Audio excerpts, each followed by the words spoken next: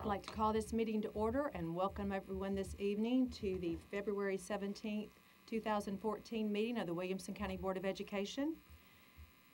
Before we get started, I'd like to ask for everyone to either silence or turn off your cell phone, please.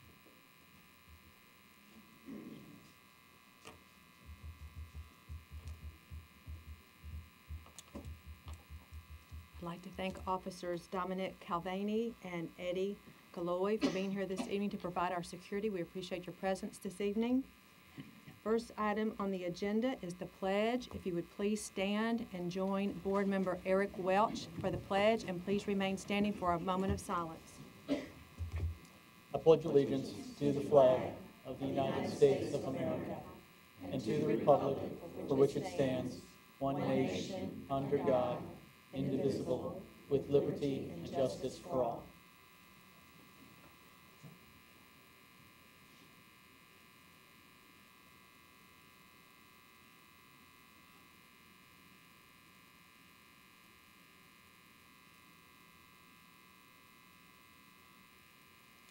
Thank you. You may be seated.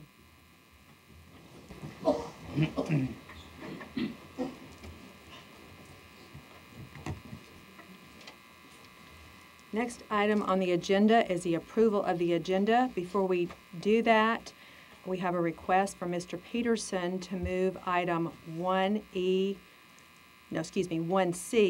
the approval of the family tuition rate for 2014-15 to new business, and that will be new item 4G.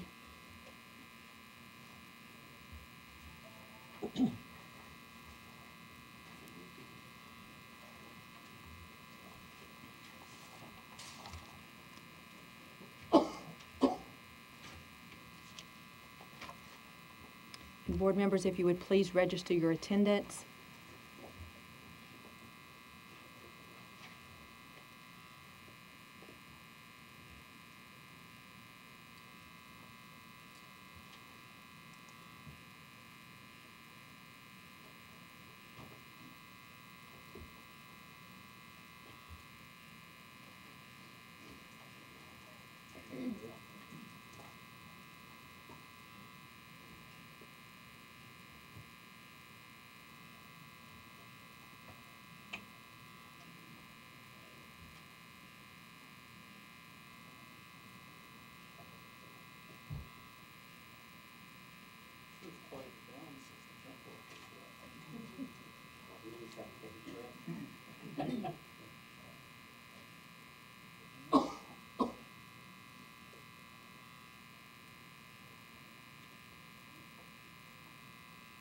Are we not able to register anyone's attendance? Okay. Okay, we'll move forward with the approval of the agenda. Are there any other corrections or changes to the agenda before we move forward? Mr. Wimberly, did you? Okay.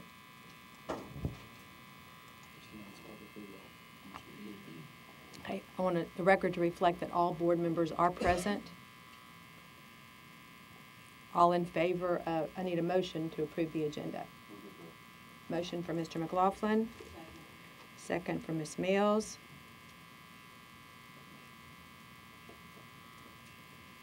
All in favor? Any opposed? Thank you.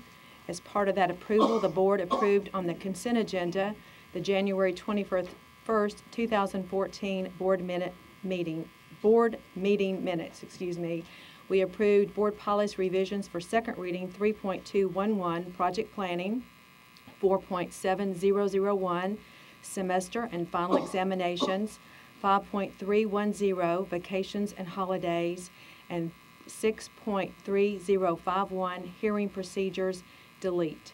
We approved the recommendation for field trip fee request, the Centennial High School auditorium construction change order, and Woodland Middle School auditorium construction change order. The next item on the agenda is public comment.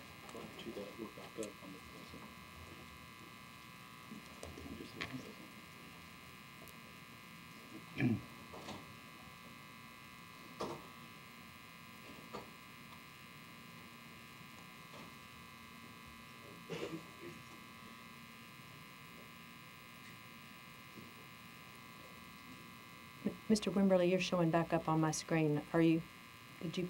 Well, I'm sorry. Okay. I just want to make sure before I move forward. Okay, I'm gonna. Does that help? I removed it up here, but I just wanted to make sure before I move forward. Okay, thank you. Next item on the agenda is public comment.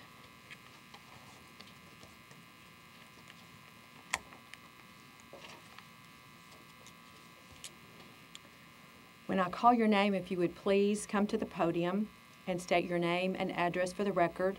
Mr. Anderson, who sits to my right, is the timekeeper. You have 1.5 minutes to address the board, and he has some cue cards to keep you on task. When you hear the timer go off, if you would please conclude your comments and take your seat. So that the public will know what this is about, the board will not necessarily respond to any items that are not on the agenda for this evening. This is not a time for personal attacks. It's not a time to be disrespectful, and it's not a time for unruly behavior or applause. This is a business meeting of this body, and I expect our guests to respect that this evening. First individual is Daniela Kuntz.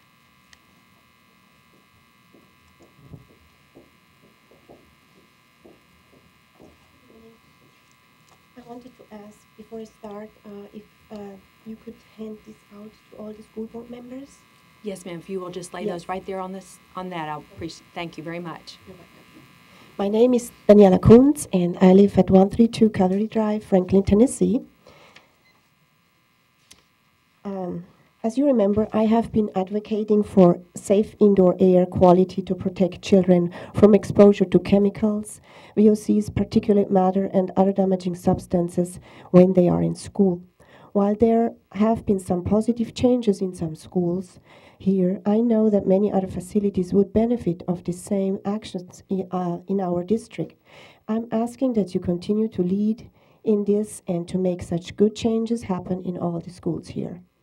On Friday, February 14, 2014, a new study was released by the Lancet, a renowned medical journal, in which Dr. Landrigan and Dr. Grandjean have found evidence that chemicals do far more adversely affect, especially young children and pregnant women and their developing fetuses, than what was previously thought of. Poor indoor air quality in schools and other buildings show that there is a link not only to asthma triggers and other respiratory diseases when exposed to it, but there is also a very strong connection now to autism, ADHD, neurological disorders, and other brain disorders.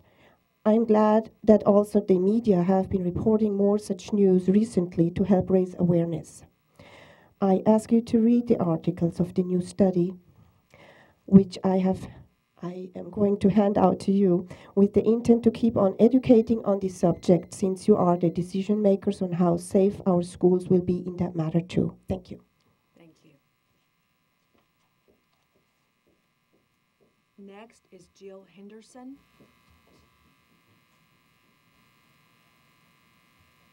Hello, Jill Henderson. I live at 2203 Anthem Court in Brentwood. I have 3 children in Williamson County Schools, and the main reason I'm here to address you today is to urge you to very much consider the issue of voting in city-neutral names for new school names. I understand you're all voting tonight on the new high school, and there, unfortunately, the very first choice from the committee is a city-designated name, which for a county school board, I don't think is a very good choice. I did a little research today. Of the 8 high schools in Williamson County, 3 are named after cities. In 1910, Franklin got that name, Franklin. In the late 50s, early 60s, it was Fairview. And in 1982, it was Brentwood High. So for 32 years, you have not named a high school as a city-designated name. There's a very big precedent set, and I don't think it should happen tonight. Also, there's been 2 opportunities to name high schools after cities. Independence opened up in 2004. It was not given the name Thompson Station. Summit opened in 2011. It was not given the name Spring Hill High School. Do not give a city-designated name to a high school tonight in Williamson County. Please vote no on it as the #1 choice. Vote for number 2, vote for number 3, send it back to committee, but please, I'm begging you, please do not vote a city-designated name from a Williamson County school board. It's a very confusing message. Thank you. Thank you. Next is Julie West.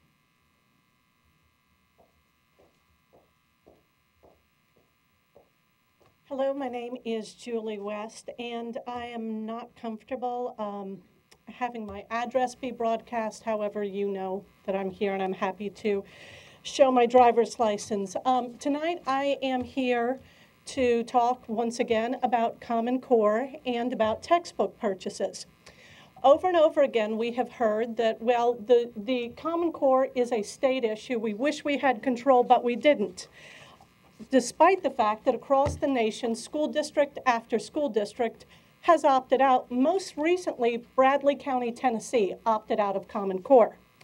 And their statement, it's several pages long, but basically because Common Core is not benchmarked and the data would impact student achievement component of teacher evaluation, that the implementation of Common Core could be highly disruptive to student growth, that it is disruptive to the effectiveness of teacher lesson plans, that it has not been benchmarked, that they reject Common Core, they reject the data gathering, they reject the PARCC assessments, and they, like you, have the right to do so.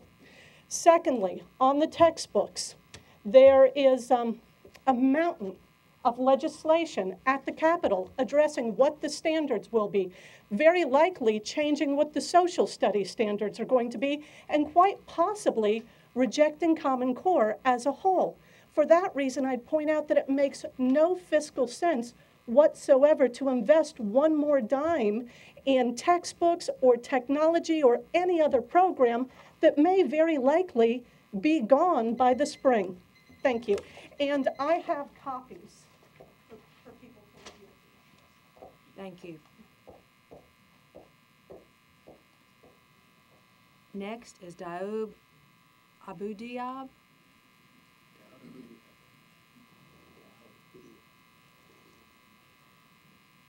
Good evening.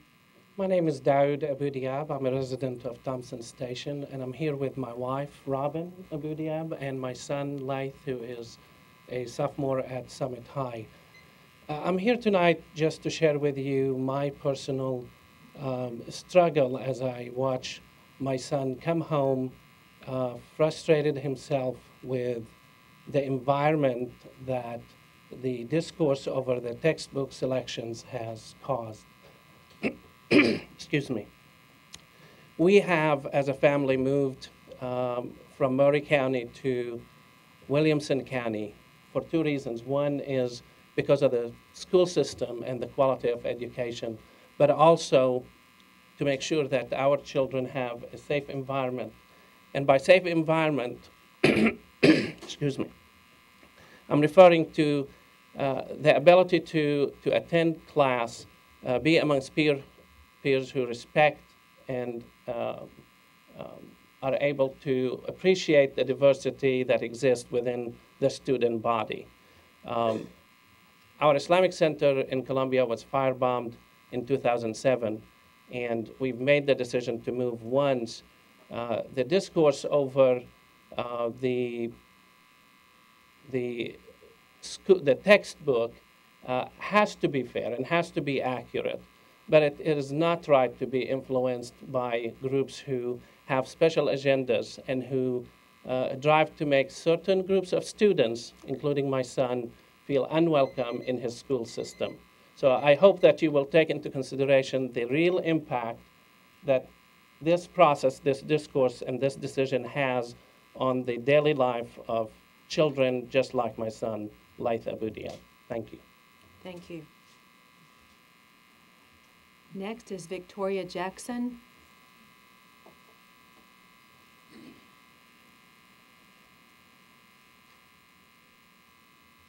Ms. Jackson, are you not here? Okay, we will move on to Chuck Shelton.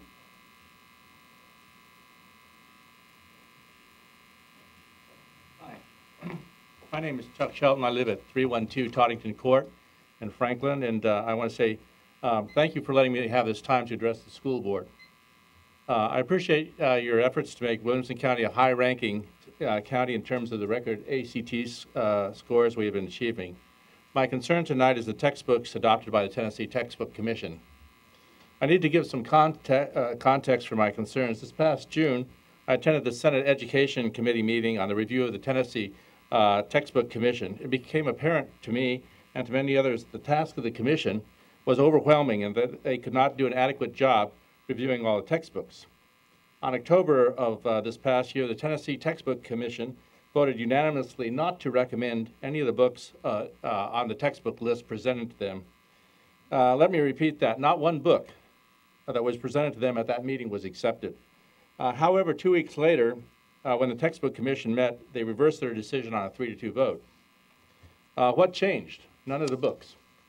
And so what this tells me is that there is some confusion about which textbooks should be on that recommended list. And for this, my recommendation is that we start at 0 point. And there's many people in the audience, perhaps, that have put together a 700-page review of the textbooks. They went out to Murfreesboro, and then they went through all the textbooks for all the grades.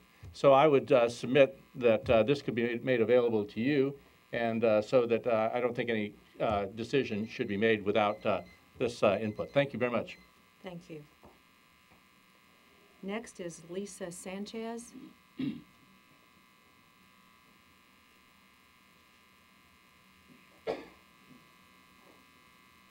My name is Lisa Sanchez. I live in Brentwood, Tennessee, and I just would like to speak to you today quickly about the naming of the new high school in Nolensville.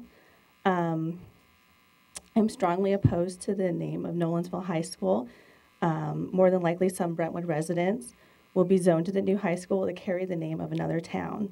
The truth is that for whatever reason, Nolensville is viewed negatively by some Brentwood residents. 9 years ago, when Sunset Elementary and Middle School opened up, there were neighborhoods that fought against going to that school in order to remain in Brentwood schools, like Crockett and Woodland.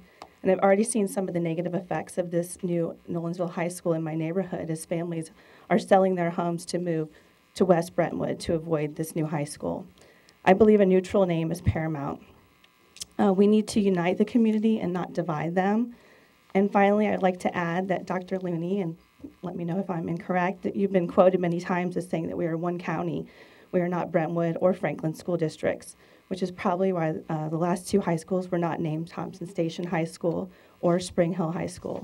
We now know them as Independence and Summit. Thank you. Thank you.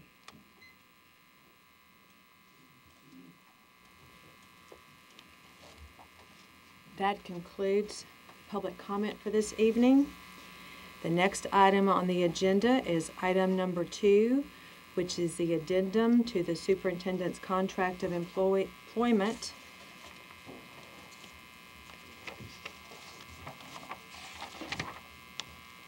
This information is on page 53.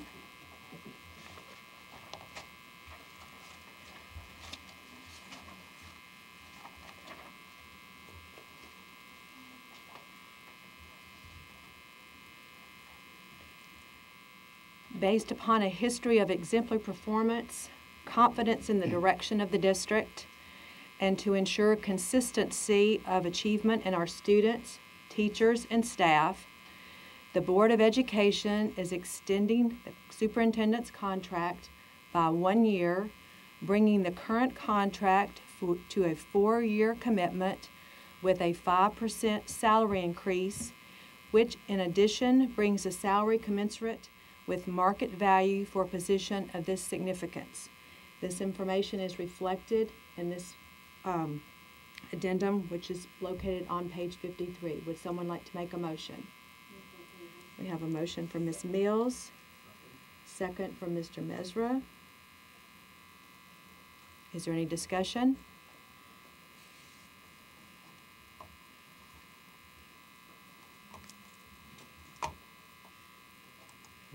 Mr. Gregory? I'd just like to say that Mike and I, we don't always agree on everything, but I certainly think that he's done an excellent job. and was the right man at the right time for Williamson County Schools to lead us forward. And I look forward to extending your contract and keeping you around.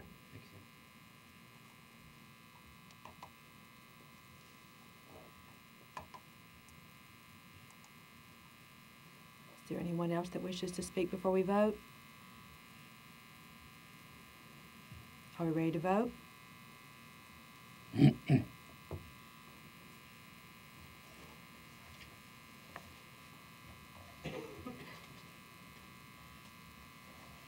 Your vote is 12 yes, 0 no. Motion passes. Congratulations, Dr. Looney. Thank you, thank you. Thank you, board members. Thank you very much.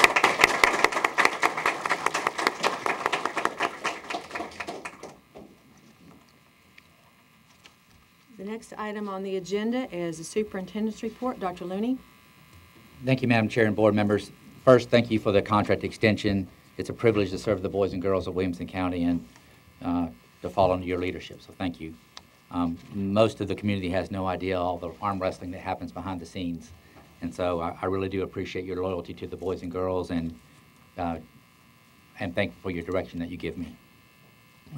You may have noticed sometime today that the district has soft launched a new website. I will tell you that we continue to make updates and upgrades to that website, but it was a necessary process to do, so we may have a couple of days where it's inconsistent. Please just be patient with us as we get it completed. But we had to go live with it as of today, so hopefully everybody will see it as an improvement from where we are. Having said that, all district operations are going well. Our teachers were engaged in, Costa, could you give me some water? I don't know why I'm having a hard time breathing. Thank you. The jump rope, that's it. The kids were amazing. We had outstanding professional development throughout the district today. Kudos to all the principals and administrators that put it together, and for the teachers for hanging in there and putting in a relentless day. With that being said, Carol Birdsong has some communications for you. Board members, once again this month we have a number of students to recognize and celebrate. We are going to start at Brentwood High School. This is Joyce Kang. You all have seen Joyce several times being honored with student spotlights. Joyce took the ACT again and got yet another perfect score. So not only one time did Joyce get a perfect ACT score, but yes, twice. We have 34 National Merit finalists to celebrate. Now, this ties last year's record as the highest number of National Merit finalists. As you well know, this reflects the hard work of not only these students and their families, but also the teachers who have worked with these students throughout each of these students' school career. So we will start with Nisha Buva at Brentwood High School. Also at Brentwood High School, James Day. Ruth Dunn, Brentwood High School. Kimberly Edelman, Brentwood High School. Corey Fawcett, Brentwood High. Spencer Franklin, Brentwood High.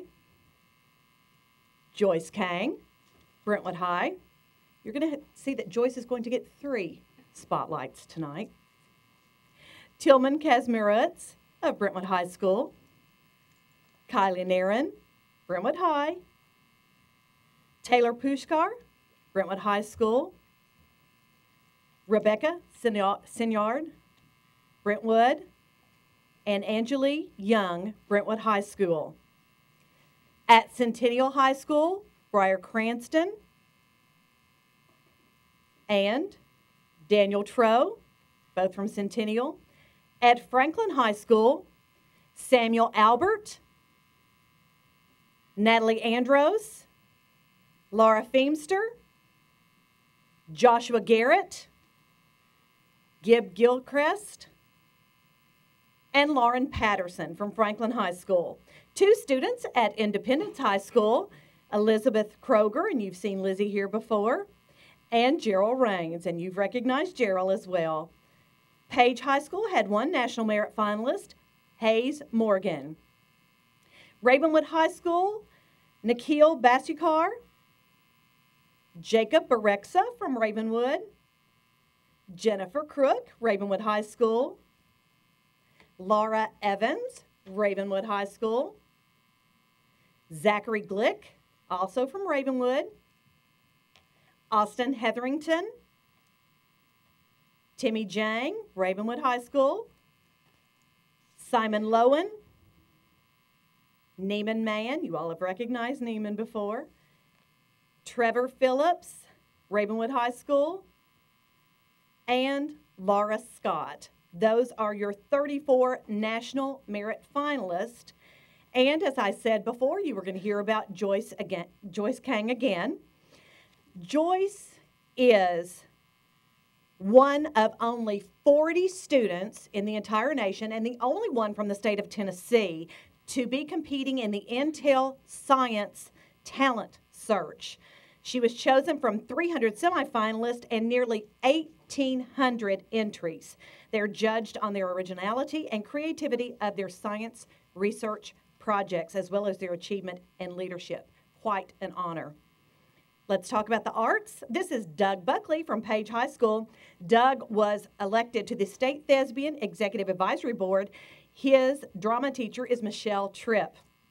And we have a middle school student tonight, Connor Groves from Sunset Middle School. Won first place in the State Fire Safety Poster Contest. Nicole Church is his teacher. And finally, we have a staff spotlight. TSSAA Middle Tennessee Dream Team Coach of the Year for Wrestling, Pete Miller, Summit High School. Congratulations to all of our students and staff.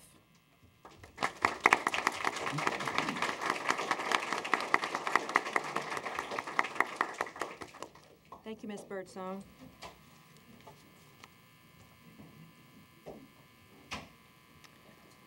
Next item on the agenda is Board Chairman's Report. I'd like to start by wishing Dr. Looney a happy birthday.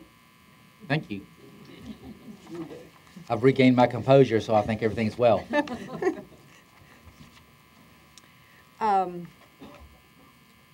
Also, we have some members of Boy Scout Troop 130 from Barry's Chapel Church of Christ here this evening. They are working on their communication service badge, so we welcome you here this evening. I want to congratulate all of our employees of the year. We had a very nice celebration several weeks ago and recognized all of our classified and professional employees, and it was a great night.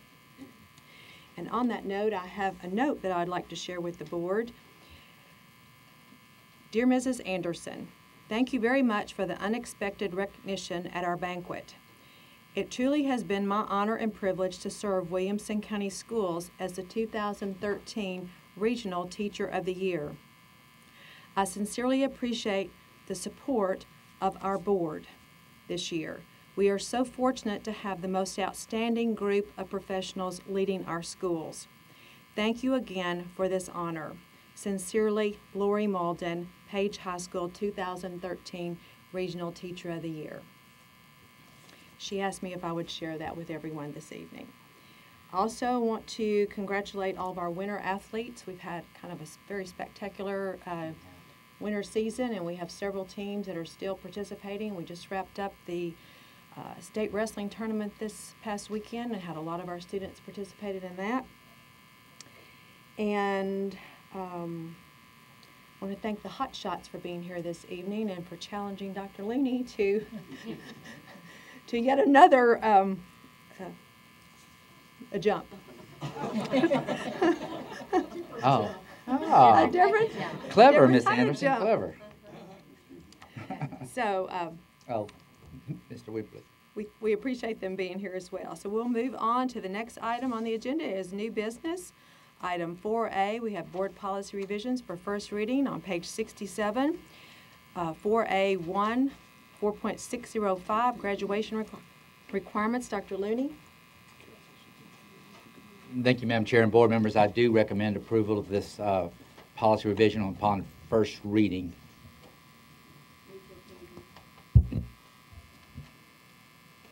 Motion from Ms. Mills. Second from Ms. Vogt. Is there any discussion? Are we ready to vote?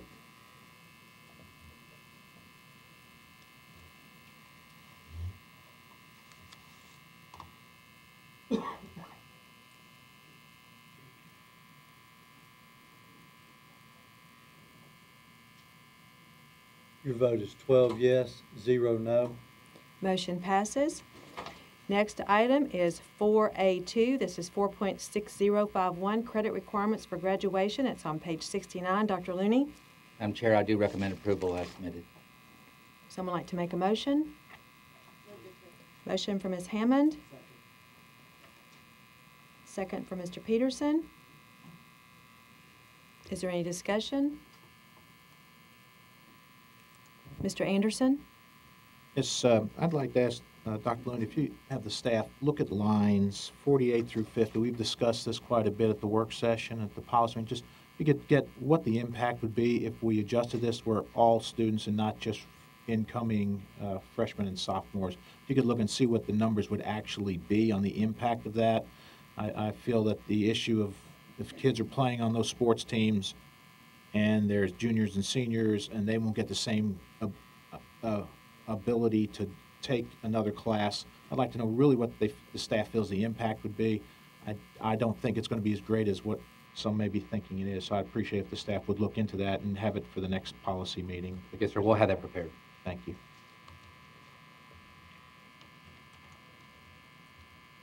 Is there any further discussion? Are we ready to vote?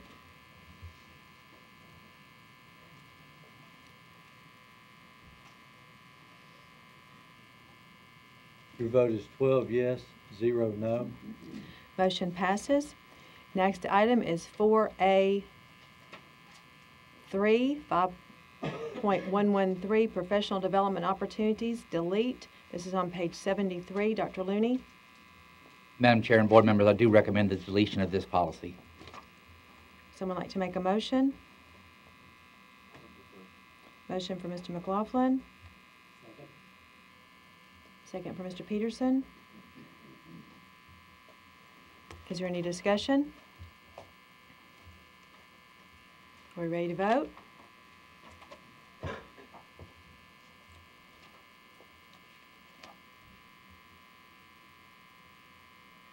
Your vote is 12 yes, 0 no. Motion passes. Next item is 4B1. This is the 2013-14 General Purpose School Fund Budget Resolutions. On page 76 is the Fine Arts Program. Dr. Looney. Thank you, Madam Chair and board members. We are going to be hosting, and it's consistent with the board's vision, our first annual Fine Arts Festival in partnership with the Franklin Theater and the Factory next month. And we're going to receive contributions to pay for this. This is allowing us to put it in the proper category. Would someone like to make a motion? Motion for Mr. Wimberly. Second for Mr. Hullett.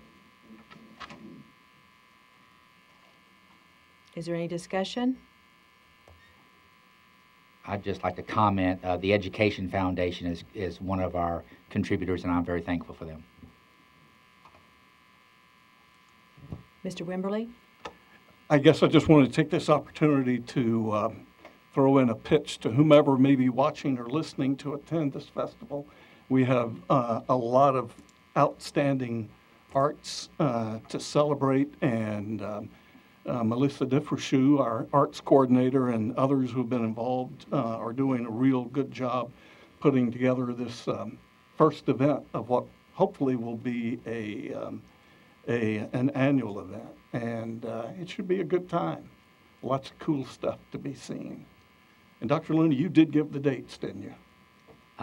Yes, sir. I haven't announced them tonight, but I need to do that, and yes, I need some help with that. It's on. Well, I have it on my March calendar. 28th and 29th.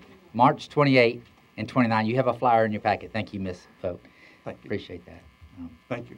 I heard the board members are going to be hula hooping there. Is that right, Mr. Wimberly? Absolutely. That'll be fine art for sure. I've heard they won't be. Is there any further discussion? Are we ready to vote?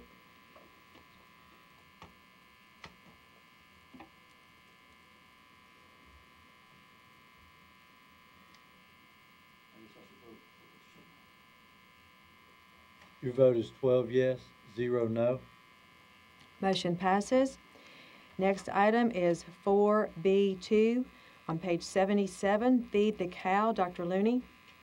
Thank you, Madam Chair and board members. We're very fortunate to have a partnership with the Ambassador Program and the Chamber, Williamson County Chamber, and we have received donations to help us with feeding the cow. Just remember, a cow is not physically a cow that goes moo. It's a cow that has gigabytes. It's feeding the computers on wheels carts. Someone like to make a motion? Motion for Mr. Hullett. Second for Mr. Welch. Is there any discussion? Are we ready to vote?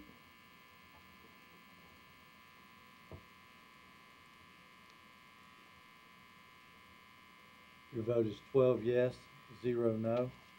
Motion passes. Next item is the elementary school name recommendation.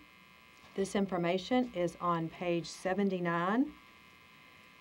Based upon our policy, the naming committee recommended 3 names for the elementary school. Those names were York, Creekside, and Mill Creek. Would someone like to make a motion? We have a motion from Mr. Anderson for Mill Creek, a second for Mr. Gregory.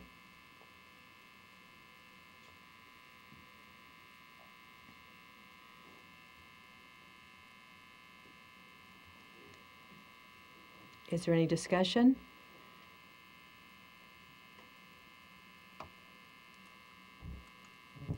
Ms. Vogt?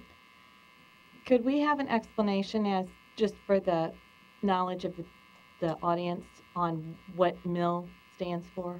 The Mill Creek, why that was proffered? Mr. Anderson? Yes, the town of Nolensville was established when the Nolan family broke a wheel on their, whatever you call it back then, on their wagon at Mill Creek.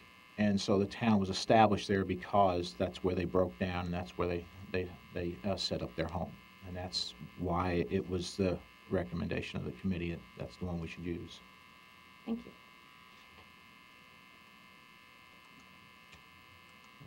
Mr. Wimberly? I think it'd be helpful to get an explanation of who this committee is and how it works from Dr. Looney or one of the committee members or whomever. Yes, sir. I'll go ahead, Ms. Anderson.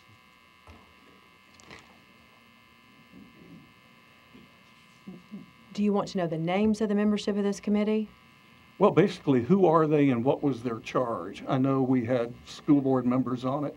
I think some county commissioners. Who else was on it, and what did they do in order to come up with the, and, you know, Ms. Hammond or Mr. Anderson, they were both on it. The committee is appointed by the director of schools, and it's composed of board members, county commissioners, and staff members.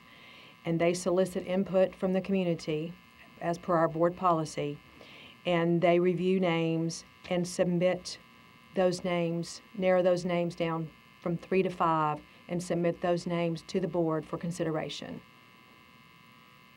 Now, Mr. Anderson or Ms. Hammond may have more information about the names that they selected, if that's what you would like.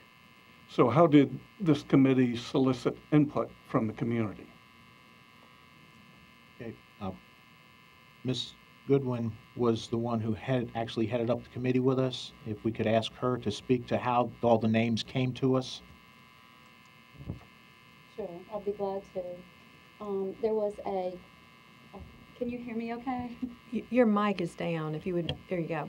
No, you just turned it off. You're not hot yet.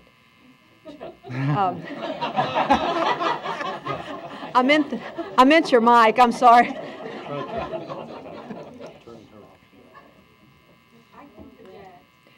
The TV can't pick it up though, so Sorry. there you go. Now you're on. Is Now you're now on. okay? Thank you.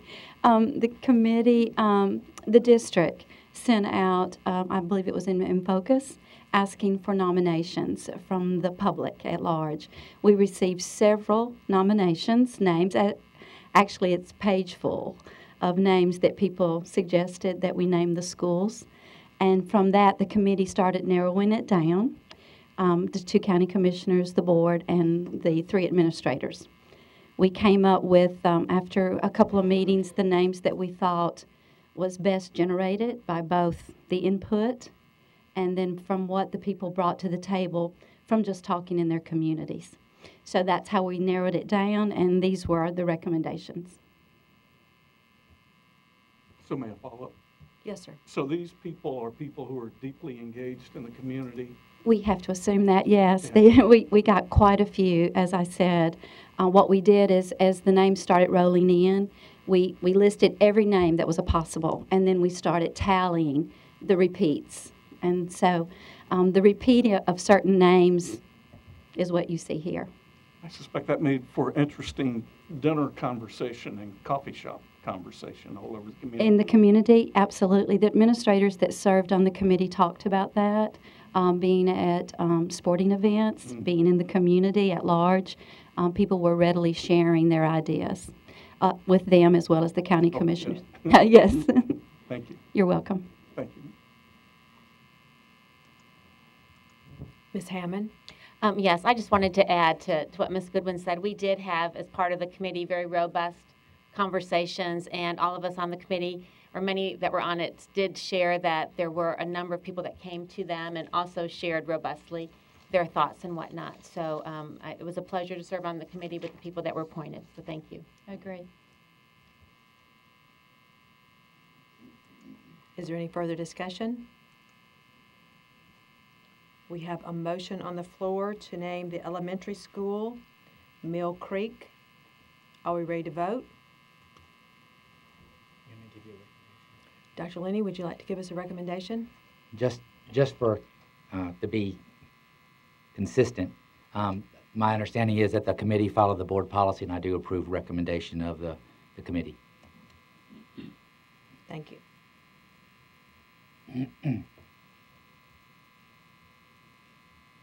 Your vote is 12 yes, 0 no. Motion passes. The next item on the agenda is the middle school name recommendation. There are also 3 name recommendations for the middle school.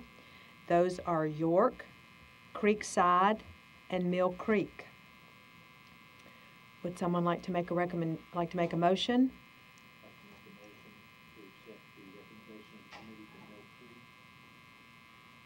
Okay, we have a motion for Mr. Anderson to name the middle school Mill Creek. We have a second for Ms. Vogt. Is there any discussion?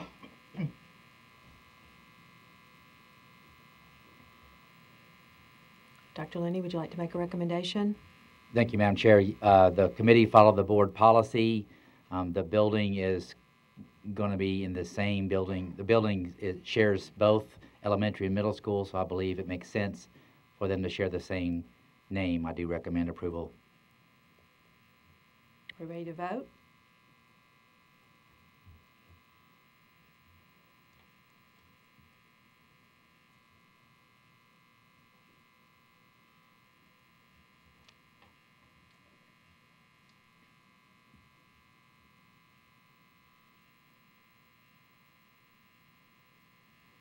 Your vote is 12 yes, 0 no. Motion passes. Next item is 4E. This is the high school name recommendation. This information is also on page 79. There are three recommendations. Those are York, Mill Creek, and Nolensville. Would someone like to make a motion? I'd like to make a motion to utilize the name Nolensville as the recommendation for the high school from the committee. We have a motion on the floor for Mr. Anderson for Nolensville. Would someone like to second that? Second from Ms. Hammond.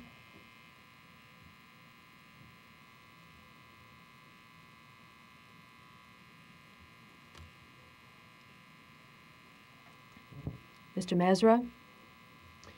Yeah, and I would like to just first off say that this is no disrespect at all to the committee or the work that was done, nor to the people of Nolensville or the county commissioners.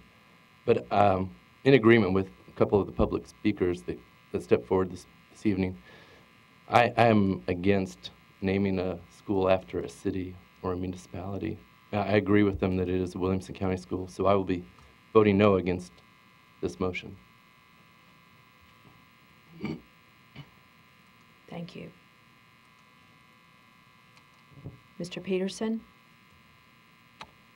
I just wanted to basically share my same thoughts as PJ did, that I don't think that we should name a high school for a city based on the fact that we haven't done so in the past. Over the last few high schools we've named, and it sends the wrong message with regards to the county school system. So I will not be in favor of this name as well. Thank you.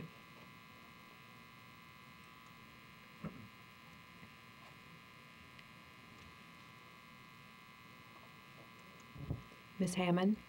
Just as a point of clarification, just referring back to the policy so that everyone is aware that the policy does speak to a hindrance against naming schools towards a person, but there is nothing in the policy that abstains it from naming it for a municipality or a location or an area. So I just wanted to make sure that was clear as to what the policy says. That is correct. Thank you.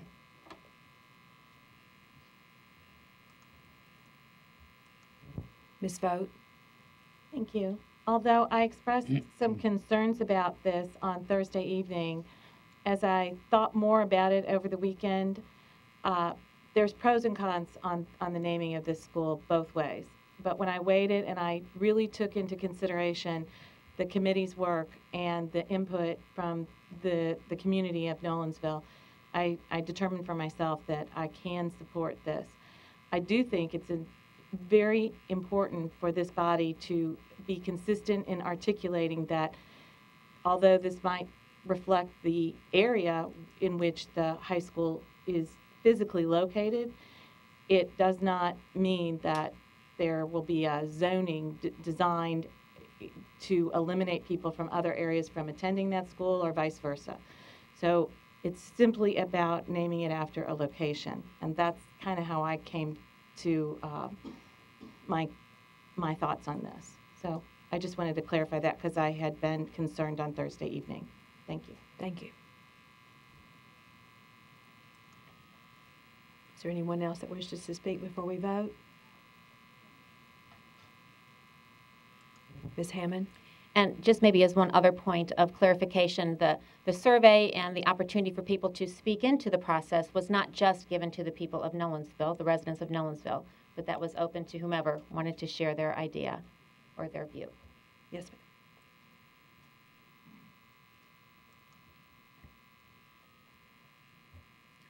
Dr. Linney, would you like to make a recommendation?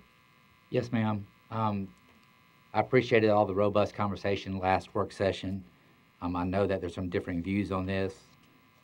The committee followed the policy that the board has established for naming high schools. They have come up with a recommendation.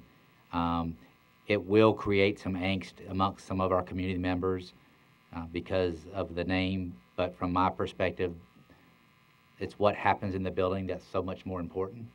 And we just named 2 schools after a creek. And so, you know, we do have a precedent of naming schools after geographic areas or locations or features. You know, I can't find a reason not to support the committee's recommendation. Are we ready to vote?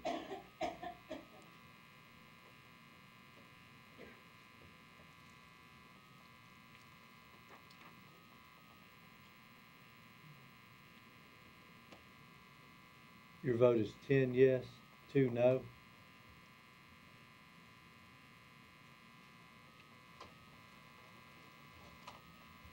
Motion passes. Next item is the proposed resolutions for the 2014 legislative session. Dr. Looney.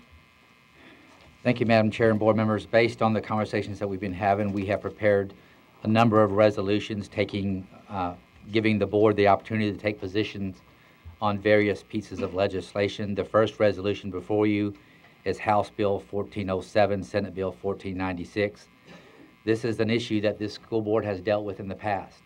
Several years ago, there was some movement to allow guns to go to parks with an opt-out provision available to local communities, and our communities have exercised that opt-out provision. This bill simply undoes the opt-out provision. The hazard for the school district, obviously, is that we would have two competing laws. The law requires that we provide gun-free facilities to our students during our activities. And there's some confusion about whether this bill would exempt schools. Our interpretation of it is that a sign posted in a public park saying you can't have your gun if there's a school function happening would be very, very difficult for us to manage and to safeguard our students. Because of that, we recommend that the school board oppose House Bill 1407. Mr. Squires and Jason Golden have been the individuals that have crafted this resolution and can answer any detailed questions. Someone like to make a motion? Motion for Mr. Hullett. Second for Ms. Mills. Mr. McLaughlin. Yeah, I wanted to speak on this from the fact that I'm 100% for Second Amendment. But I think that this creates a real problem for the school system. And I think the other problem it creates is under the law that was already passed, last year I guess it was, they gave, 4 years ago. Time flies when you're having fun. But when the law passed, it had the same rights to the parks, but it gave the local system the right to opt out, and I think that local control is very necessary as well. So I'm definitely going to support this. Thank you. Mr. Mesra? Yes. Dr. Looney, if this bill were to pass and we would have to create our own parks for our schools, do you have a ballpark estimate of how much that would cost the people of Williamson County? I have a ballpark that's been given to me, and that's between $36 and $38 million. If this bill became law, obviously what we would have to do is we'd have to take every school and every sport and try to develop a way to comply with the law. It touches all areas of our district, the south, the north, the central part of the district. And, at the end of the day, I'm not sure how we would comply with the law about schools and guns and have activities in parks where there's a possibility of guns. I think the more important piece, because I'm an advocate of the Second Amendment as well, is if somebody was in a park and already in the park with a gun, and then a school activity started after they entered the park, then that individual could potentially be charged as a felon for having a gun during a school activity. So there's a myriad of all kinds of complications that make it virtually impossible to work around. Thank you.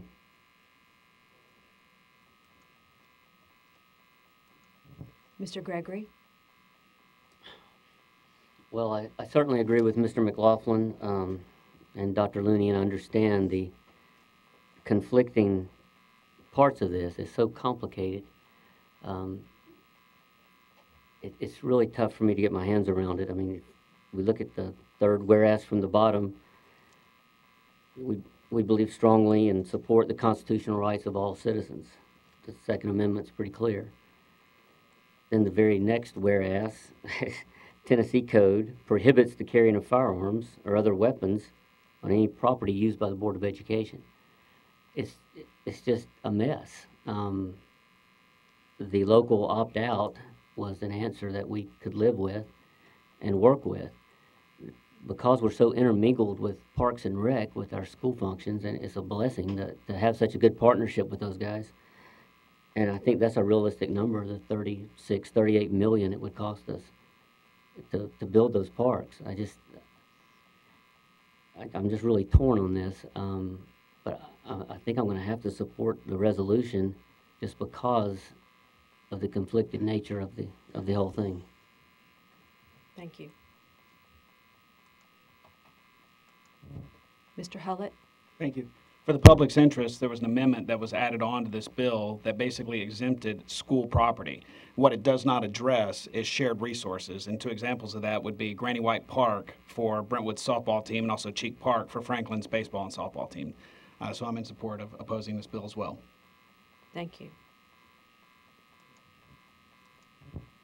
Mr. Welch?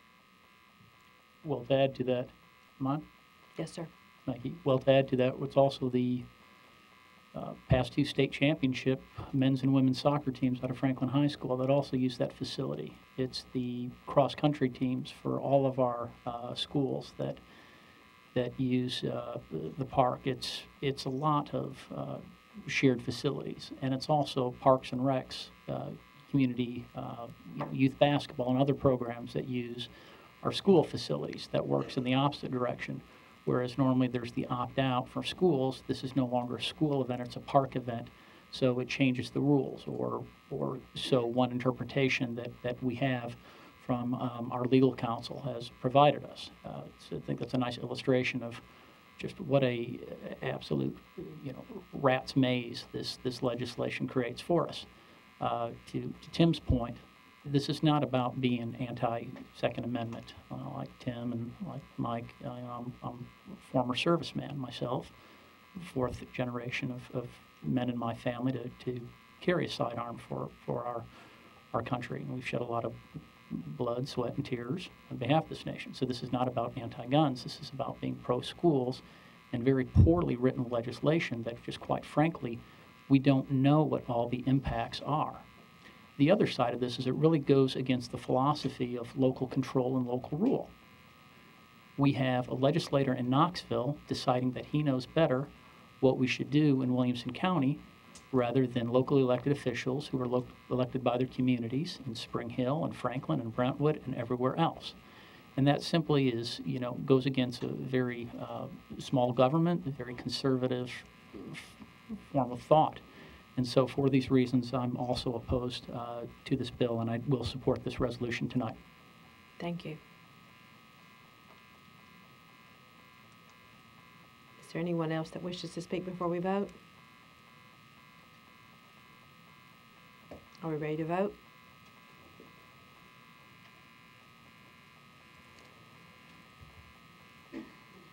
Your vote is 12 yes, 0 no. Motion passes.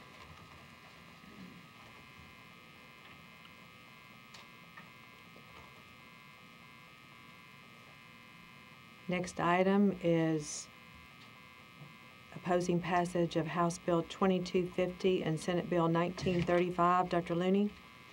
Thank you, Madam Chair and board members.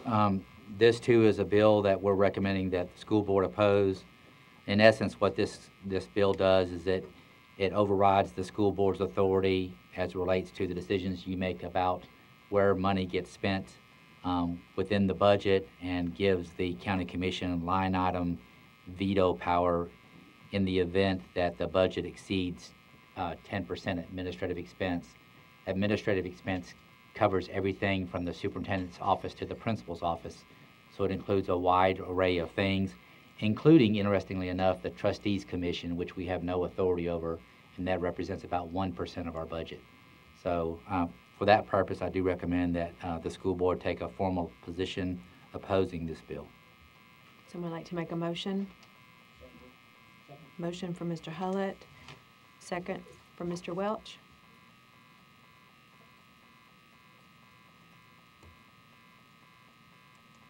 Mr. Wimberly? I'd just like to point out one of these whereases here, and that is that the board enjoys a good and healthy working relationship with its local funding body. And I just would like to emphasize that we do have a very strong and productive relationship with our local county commission. So I will support this resolution, but it certainly is that support should not be indicative of any concern that may exist with the county commission. We have a good relationship with them, but I just think this is wrong. And I haven't heard any county commissioners here express approval of this bill either. Thank you. Mr. McLaughlin? Dr. Looney, would you talk about the percent of administration in our budget? I had Mrs. Holman do a calculation. The state's calculation is a little bit different than ours, but the number the state provided, I think, was 8.9%. Is that right, Leslie? That's ours, 8.9%. But once again, the Trustees Commission represents about a full point. So if you excluded the Trustees Commission, we'd be 7.9. And the threshold is 10% in the proposed legislation. Of course, the reality of it is, while we would be okay if this did become law, the reality of it is the smaller the school system that is operating, the harder it is for their administrative expense to go below 10% because the cost of administration is high relative to how many employees you have. Based on that, of the much smaller school system in our county here, Franklin Special School District, then this would be a bigger problem for them. Is that correct? This, I have been given the list of school systems that would be affected under this legislation, and the list included Franklin Special School District.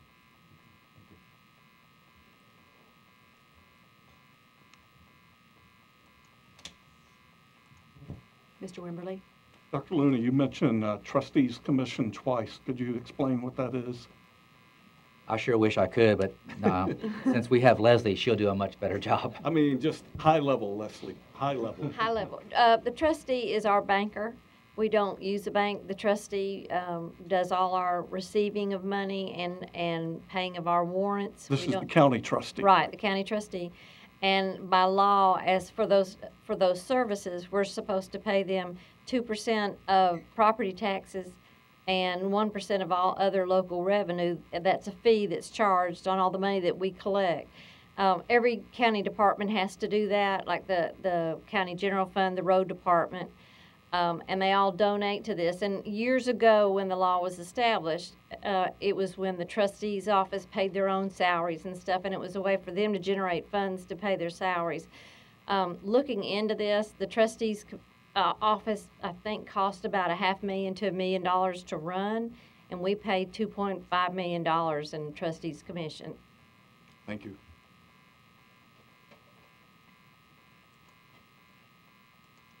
Mr. Gregory? Leslie, thank you for that explanation. I've had issue with this in the past. So that excess money that is paid to the trustee, that goes into our budget, correct? Not the excess. The amount, we have to budget to pay for that. So we budget $2.5 million. That we present to the county commission, it has that in it, correct? Right, and then whatever exceeds, the trustee is allowed to maintain, I think, 3 months' salary expenses, and then the rest is turned over to the county general fund. So part of our budget rolls into the county general fund. By law, yes. Okay. There's nothing we can do about that. Well, we could break the, no. I mean, would it be, is it state law? Is that what you're saying? Yeah, That it's it state has to be law. set up like that? I didn't mean that. That's all right. I don't know what you do in your office. All right, thanks.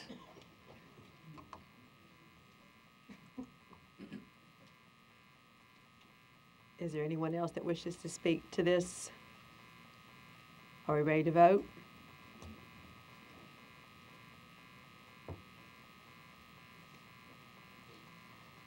Your vote is 12 yes, 0 no.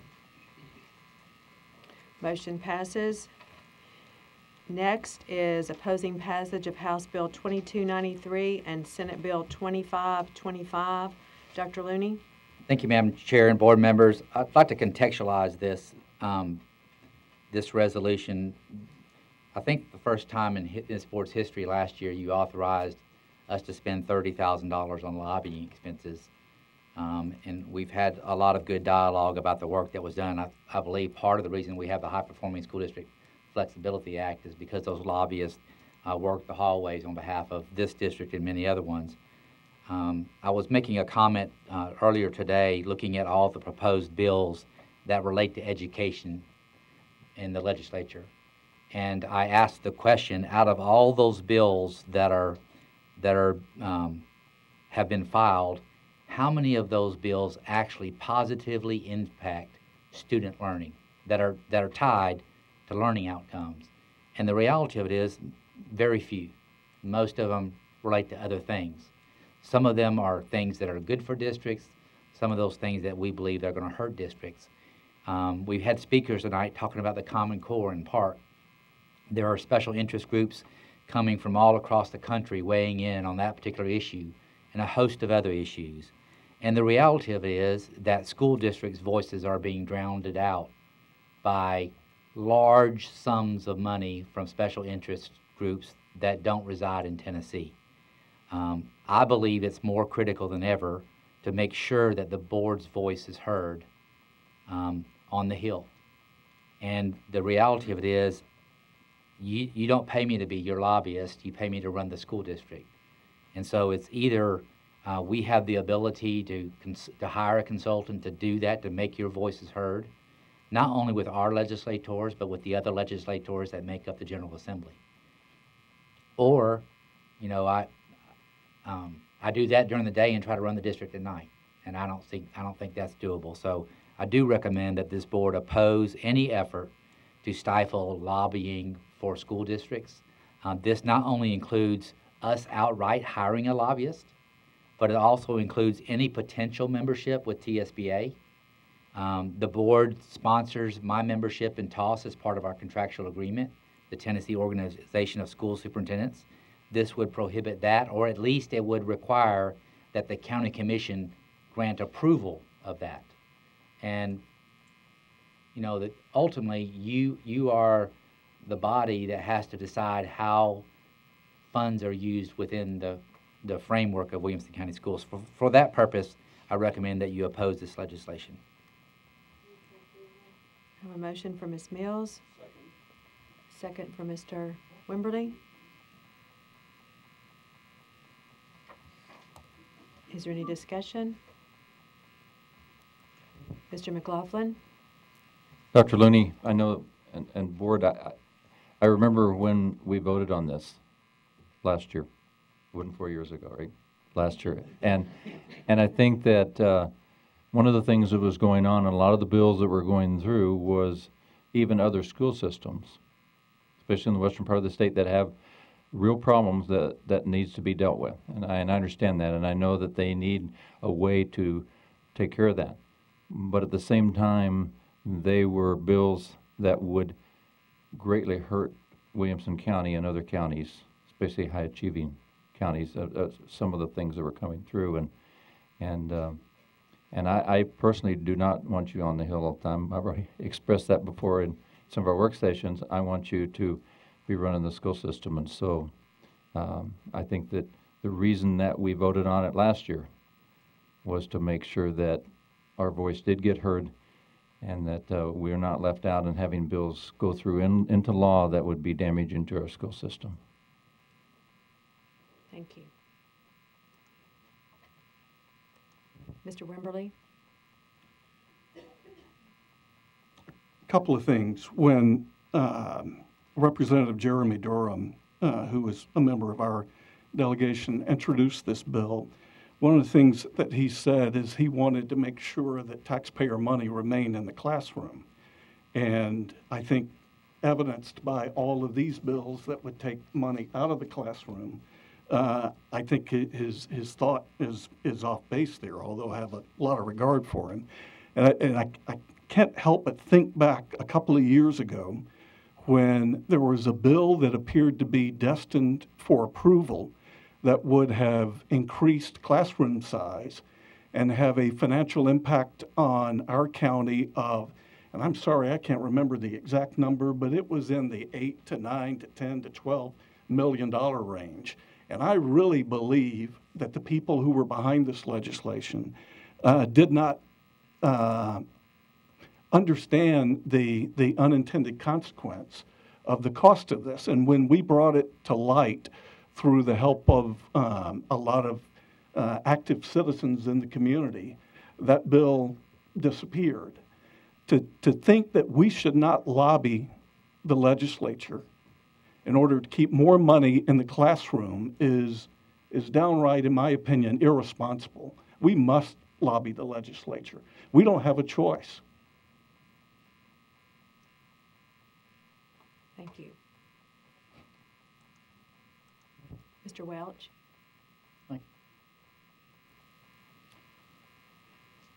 Ostensibly, the point of this legislation is to keep money in the classroom. And I just sort of think that the logic of that statement is the equivalent of saying don't put money in your 401k because you need to have more money in your bank to take care of your family.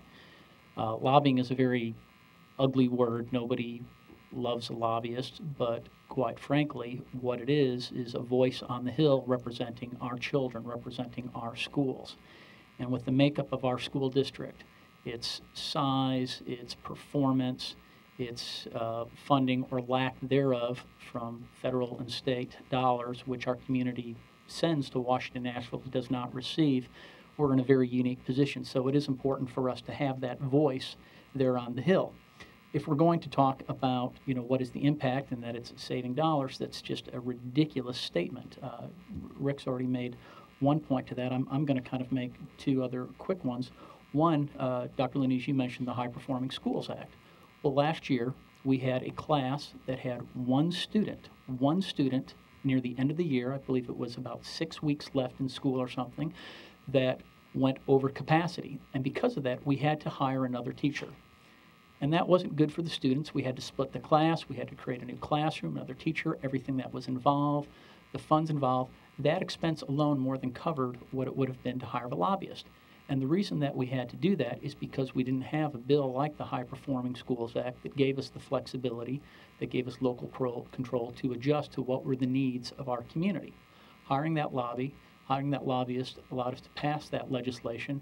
And now if we have a similar circumstance going forward, we do have the flexibility where we don't have to make those expenses that are legally required, but quite frankly negative for the kids in the classroom. Another example I'm going to point out is one, Dr. Linney, that you sent us last night, and this came through Dr. Gilbert, who's the superintendent of Murfreesboro City Schools. This was a bill that we didn't even know about that creates a whole framework in case we don't get a fiscal star rating of 2 stars or lower. And when I saw this, as you know, my question to you was, what's a fiscal star rating? Who decides it? And what is William County Schools' fiscal star rating? Because I had never heard this terminology before. And as we all know, the answer to it from Ms. Holman was, well, it doesn't exist. What we're going to do is create a framework of, here's the penalty if you don't get the right fiscal star rating, and if it passes, we're going to create a fiscal star rating system. I don't know what kind of logic that is, but certainly there's some legislators that really need to talk to school systems about that impact. And then later, of course, you followed it with, here's the increase in local expenditures of this.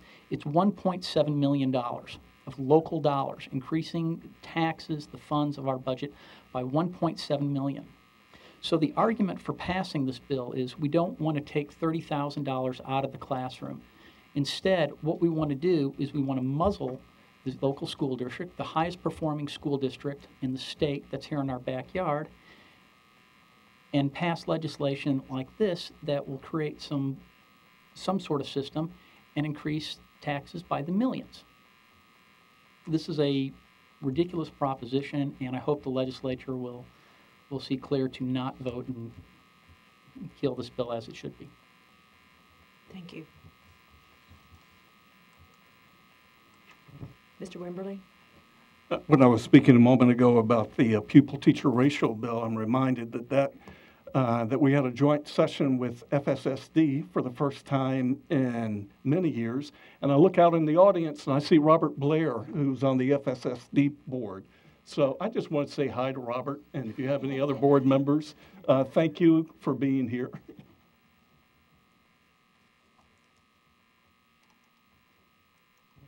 Ms. Hammond? And I just wanted to point out, too, as far as the $30,000 last year that was spent, with my accounting hat on, I guess, down to that line item, because we've been hearing this, that could be taking funds out from buying computers or things for the classroom. That was a contract labor line item, was it not? The funds were already set aside there. They weren't moved from some sort of funds, Dr. Looney, that were already geared into the classroom. Is that correct? Yes, ma'am. They were non-classroom designated dollars, and we just cut in other areas to pay for that because of the environment that we're operating in. Thank you. Thank you. Is there any further discussion before we vote? Are we ready to vote?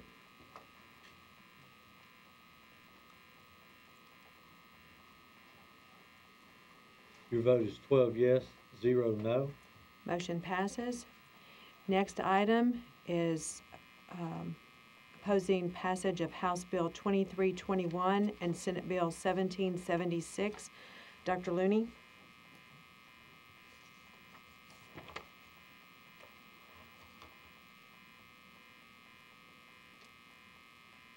Thank you, Madam Chair. This bill is relates to the textbook selection process. We had a number of citizens speak tonight about that. The board has reached a consensus that we do believe that improvements need to be made to the textbook selection process. We just don't happen to believe that this bill is the way to accomplish it. So for that purpose, I do recommend that the board take an opposing position to House Bill 2321 with a continued effort on our behalf to work with the state board to try to improve the process, because we are certainly in agreement with many of the concerns that have been addressed that the process is not working the way it should be. Someone like to make a motion? Motion for Mr. Hullett. Second for Ms. Hammond. Is there any discussion? Mr. Gregory? As the board knows, I had an objection to some parts of a textbook recently that was brought before us. I think the process in place now is broken or was never working at all.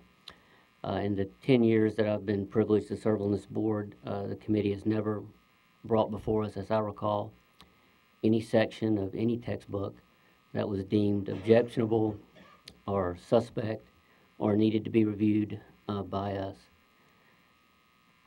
This bill may not be perfect that's been proffered, but I think if local boards were, as it is summarized here, local boards of education or to appoint textbook content review committees, that would put a process in place where we would see those reviews in an organized manner, and maybe it would be summations from, a wide variety of people and perspectives. What I like to do is, if there is something that is brought to our attention, I like to put it in context in the textbook to see what is going on in and around it. We can't read all these textbooks. I mean, it's not even feasible. I think when these textbooks are reviewed, they're really not looking for objectionable material. So I think this would be a step in the right direction, and so I won't be able to support our resolution as written. Thank you. Mr. Mesra? Thank you, Madam Chair. In agreement with what Mr. Gregory said, I think in our work session on Thursday, I voiced my concerns about the state mandating policies at the local level and how I disagree with that local governance should be maintained by the people in the locality and that as much as possible, we should maintain that and fight for that right. However, I believe in opposing this legislation or this bill that we would be sending the wrong message. And the message that I want to send loud and clear is that we welcome parental recommendations, parental involvement in our curriculum, in our textbooks, and to a degree in our curriculum as well, in what is acceptable and what is unacceptable. We represent the people of Williamson County, and I invite their opinions. And as Mr. Gregory said, though this isn't a perfect bill, it would start the process. And so I will not be in favor of this resolution opposing the legislation. Thank you. Mr. Hullett? Thank you, ma'am. And speaking of what Mark said, one of the things that I can tell for public interest, when I was a teacher in the county, I was the chair of the CTE textbook committee, review committee. And one of the things that you're looking for when you're going through all of these books is you're looking for the state standards. Are they meeting that? You're not trying to find, your goal is not to try and find objectionable material. You don't have enough time. One of the issues that we all seem to agree on is that we do need to look at how much time is given to the textbook committee, because it just seems like it's here, then it's got to be decided, and then you got to push it through and get it done. We are in favor of more time, but one of the things that my comment to on Thursday to everyone is that the worst thing you can do is ask someone for their opinion and then ignore it. And so, although we do welcome parent comments, we do welcome parent when you guys email all of us. That's important. But one of the things that this would do, if passed, with all due respect, it cloudies the water, because a majority of the people who speak into this are not subject matter experts. It's opinion-based personal values and beliefs that come into it. Now, those, I'm not saying that those aren't important. They are important. But when you're looking at the textbook that is taught, you're looking at something much more than just personal opinion and value-based systems. I am in favor of opposing this bill. Thank you. Mr. McLaughlin? As at the work session, this is really a tough bill for me for a number of reasons. And the reasons for that is, as most people know, I'm definitely against any federal intervention in the public school system. The state is mandating to a local system. I think the local system should be able to make its own decisions. I believe in state sovereignty. I also think that the local school system should have a lot of flexibility to do the things they need to do. On the other hand, I agree with Mr. Gregory and Mr. Mesnin, the fact that I think it's critical that the people have a voice. I know that the staff worked very, very hard on this to try to put language in this based on our long discussion Thursday night. I'm not sure that it's strong enough for me to be able to support it. But I do think, that it needs to be said, for what Mr. Hullett mentioned, is that I trust the committee in which we select as a board to review the textbooks. I also know that, as he mentioned, that there's not enough time. And I think that parental input into that process is critically important. So based upon, even though I don't agree with this law as is currently written, I am going to have to not support the resolution tonight. Thank you.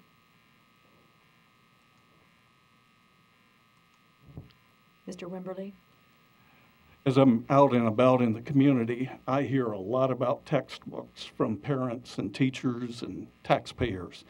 But I have to tell you, what they're talking to me about are things like, we don't have enough choices of textbooks. We need more choices. They talk about, when are you going to digitize the textbooks? The teachers talk about the time frames that they're given in order to do their reviews. And I had someone stop me the other day and say, Rick, you got to do something about this. The textbooks that my kids are bringing home are too heavy. You know, and I think that kind of speaks to the digitization. So there's no doubt the community is concerned about textbooks. But I will say I hear more about these types of things than I do about content. And there's no doubt about it. We need to do a better job, as Mark says, in reviewing content. But we really, in my opinion, ought to be focusing on some of these other issues as opposed to getting too bogged down in how the public provides their input. So I will support the resolution. Thank you. Ms. Hammond? Yes, a couple of things. Thank you, Madam Chair.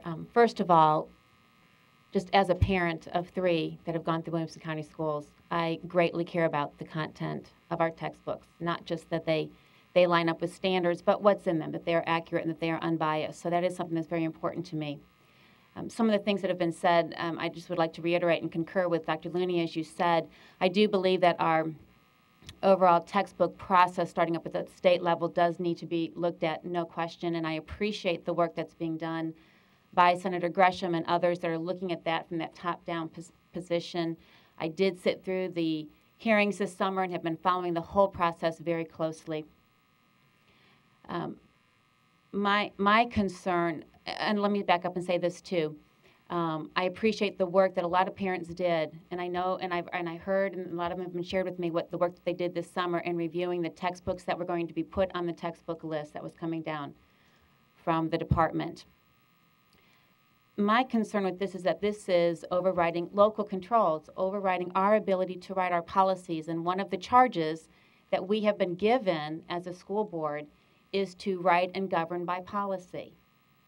And so to me, this is a focus directly on the local. If we need to amend or change or correct our policies, then that needs to be done within and by us, and hopefully with the collaboration by others that can help to perhaps speak into that. So that's where my concern lies with this piece. I also was emphatic, if anybody followed the work session on Thursday, of asking numerous times, I'm sure to everyone's dismay, to confirm, because I like to be clear and I like to get to the bottom of things and to the truth of policies. And my understanding that is within our policy is that we do have the opportunity for parents to give comment within our local policy and control. And even over this last month, where there were opportunities for parents to come and review even the social studies textbooks right now, no additional people came forward and reviewed the books and gave additional comment. So I was emphatic to make sure that in our local policy there is an opportunity for parents to give, review, and give their opinion. So again, with me, my concern with this particular piece of legislation is going forth is it's overriding local control. So I will be in support of the resolution. Thank you. Thank you. Is there anyone else that wishes to speak before we vote? Are we ready to vote?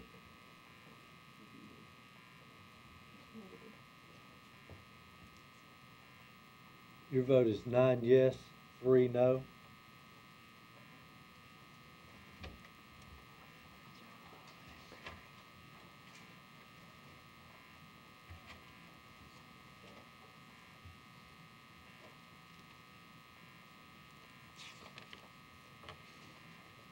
Next item is supporting House Bill 1376 and Senate Bill 1854. Dr. Looney? Thank you, Madam Chair and board members. This particular bill actually deals with the data problem that we had just recently in our district. As you know, we were misidentified due to a coding error, and this bill allows for a specified period of time for districts to correct their data. And I do ask that you support the passage of House Bill 1376, Senate Bill 1854. Someone like to make a motion? Motion for Mr. McLaughlin. Second for Mr. Wimberly. Is there any discussion?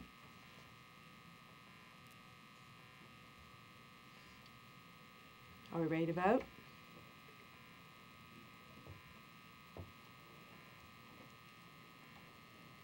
Your vote is 12 yes, 0 no. Motion passes. Next item is supporting passage of House Bill 1381, Senate Bill 1856. Dr. Looney. Thank you, Madam Chair and board members. As you know, the state has recently revisited and made some changes to teacher compensation, moving the emphasis to pay for performance for specific subject matters, math and reading specifically. And while we do believe that it's very important to hold teachers accountable and responsible for student results,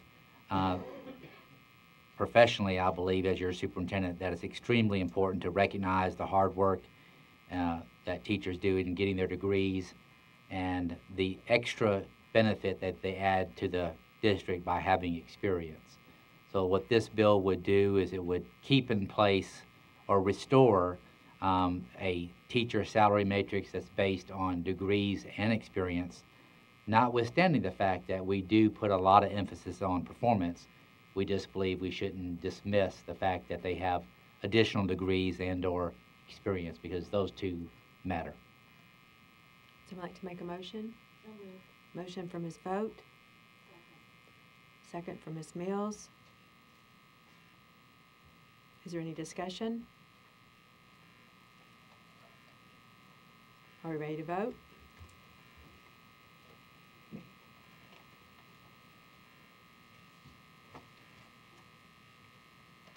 Your vote is 12 yes, 0 no. Motion passes. Next item is supporting passage of laws which extend the operational period of a school bus so long as the bus is deemed safe and fit for use. Dr. Looney? Thank you, Madam Chair and board members. This bill would actually potentially save a little bit of money. We have buses from time to time that are perfectly fine mechanically. They just happen to reach an age limit or a mileage limit. You know, my car has over 100,000 miles on it, and I feel perfectly safe in it. And so this would allow school districts to make a judgment call based on inspection whether or not the bus is still serviceable. I do think it's a good piece of legislation. It will help school districts across the state, and I encourage you to support it. Someone like to make a motion? Motion for Mr. Gregory, second for Mr. Mesra.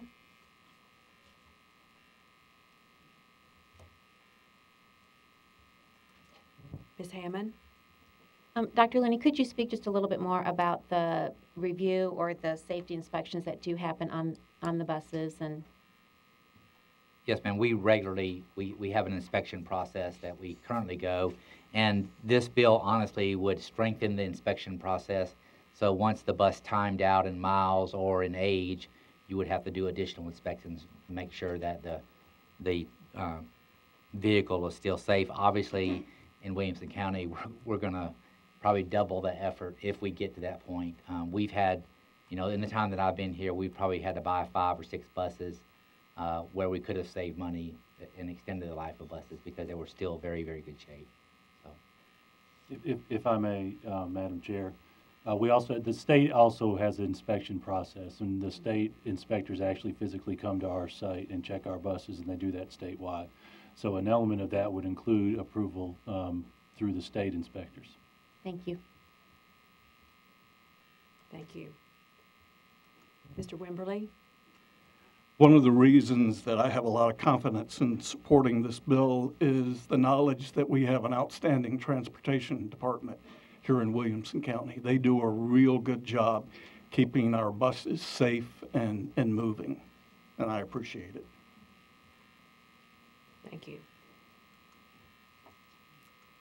Mr. McLaughlin? I'm just going to say, I think this is the bill that this supersedes, that 90,000 miles, right? Well, there's a handful of bills that are proposed. No, I mean, what mileage controlled when we had to get rid of vehicles? 15 years, 200,000. Okay. I think that this is one of those things that laws that by the state that are set into place that makes no sense. You know, I think that we have the ability to be able to make sure that our buses are safe, that they're running well, and to arbitrarily put a number on them and say, this is where you have to sell your bus even when it's in good condition, where we all know on quality control of vehicles, one may give out at 100,000 and another one can run to 200,000 and operate quite well. And so I think that this is a good resolution. I'm also trying to get the word relentless painted on them, but they haven't authorized that yet.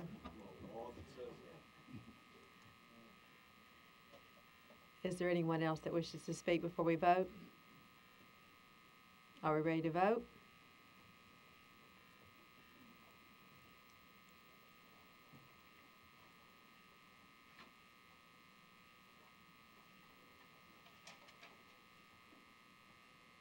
Your vote is 12 yes, 0 no. Motion passes. Next item on the agenda is 4G, family tuition rate for 2014-15. This information is on page 29. Dr. Looney? Thank you, Madam Chair and board members. This, too, is one of those items that we've had lots of great, robust conversation and debate about. Each year, the school board establishes the tuition rate for those citizens that happen to be building houses in the community but don't yet reside here. And we also provide a tuition rate for those employees that do not reside within Williamson County but aspire to bring their children to work or to the community school system with them. So we have two proposed tuition rates. The first one is $5,810 for those families moving into the area. The way that that works is they could get reimbursed if they closed on their house within the semester. And then the tuition rate for employees would be $4,003 for the 14-15 school year. I do recommend approval. Would someone like to make a motion? Motion for Mr. Gregory. Second for Ms. Vogt. Is there any discussion? Mr. Peterson? I know, as most of you know, I have a real issue with this. I have an issue with regards to, I feel like it keeps us from providing opportunities for the best of the best to join us here in Williamson County. We all know that teachers, many teachers, have children of their own, and it only makes sense for me that you would allow them to bring their children to the school that they're teaching at, under the idea that they would, they'd be invested in that school. They'd be on those PTOs. They'd be on those, those kids would be they would be in the community. They'd be, so the idea that, they're not paying a certain amount. I'll be honest, I'm really, really upset that the tuition rate went up, especially after the discussion we had last year that there was a possibility we could look at possibly, getting that lowered based on the idea of just them paying a median property-based rate or something like that, which makes more sense to me, and I think it would certainly be a better thing for those teachers that we do want here inside Williamson County. So, of course, I will not be supporting this, and I would ask that the central office and Dr. Looney try over this next year to maybe go back and find out, as I will, and speak to the commissioners and speak to those that are involved and see if this is something that we can eliminate based on the idea that no other county charges their teachers to bring their students or their children to their classroom. So, again, just my 2 cents. Thank you. Thank you. Is anyone else that wishes to speak? Mr. McLaughlin? Dr. Looney,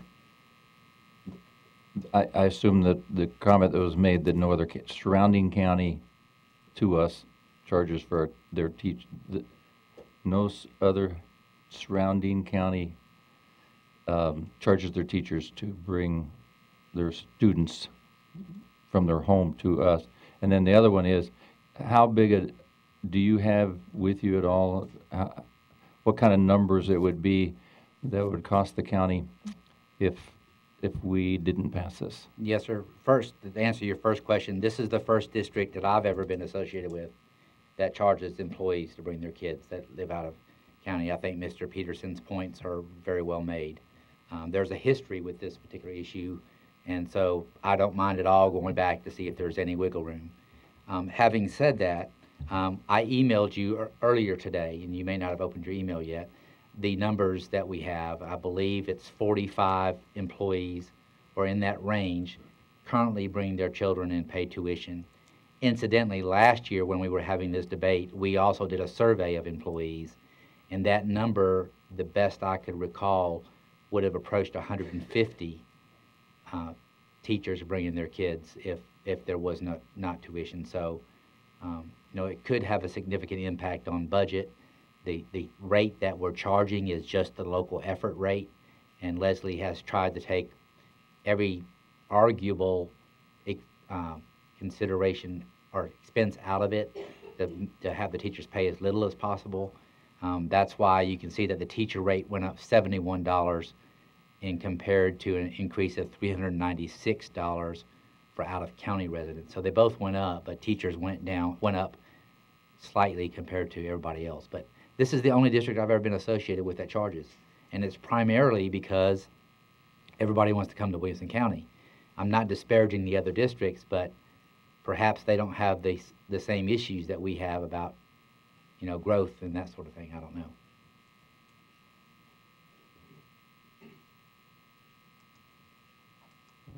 Mr. Hullett. Thank you, ma'am. One of the things that I don't remember if we spoke about it on Thursday night, but whether it's one student or 125 students or 1,000 students, when they come to the district, their funding follows them. Is that correct? The state funding. State funding. Yes, sir. Yep.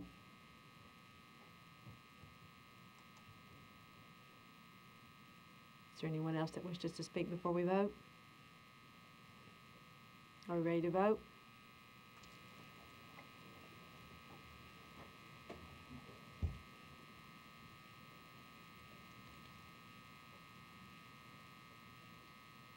Your vote is 10 yes, 2 no.